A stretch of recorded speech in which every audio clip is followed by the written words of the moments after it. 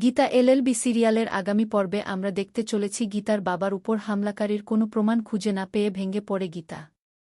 অন্যদিকে প্রলয় সন্দেহ করছে গিনিকে, তবে গিনি কোনোভাবেই মেনে নিচ্ছে না। গিনি বারবার বলছে আমি কিছু করিনি আর আমি এই ব্যাপারে কিছু জানিও না। এই বিশ্বাসগুলো গীতাকে ফোন করে জানায় প্রলয়। তবে গিনির পেছনে লোক লাগিয়ে দেয় গীতা। কারণ গীতা ভাবে গিনি যার সাথে মিলে তার বাবাকে শেষ করতে চেয়েছিল নিশ্চয়ই তার সাথে আবার যোগাযোগ করার চেষ্টা করবে। স্বস্তিককে নিজের করে পাওয়ার জন্য কাব্যার কথামতো গিনি তার বাবাকে শেষ করতে চেয়েছিল। কারণ বাবা মারা গেলে গীতা একেবারেই ভেঙে পড়বে। সেই সুযোগে স্বস্তিককে নিজের করে নিবে কাব্যা। অন্যদিকে দেখা যায় গীতার একজন লোক গিনির উপর সবসময় নজর রাখে। তাই গিনি কাব্যার সাথে দেখা করতে এলে গীতাকে জানিয়ে দেয়া। এটা শুনে গীতা বলে তুমি নজর রেখো, আমি এক্ষুনি আসছি।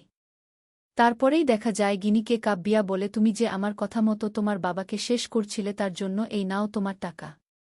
তখন গিনি বলে আমি বাবাকে কখনো শেষ করতে চাইনি, তবে গীতার উপর প্রতিশোধ নেওয়ার জন্য এটা করতে চেয়েছিলাম।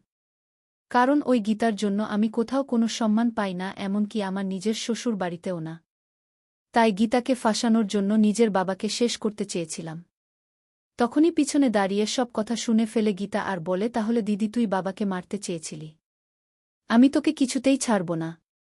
তোমরাও কি এটাই চাও অবশ্যই কমেন্টে জানাও। আর গীতার সিরিয়ালের সকল আপডেট পেতে চ্যানেলটি সাবস্ক্রাইব করে রাখুন।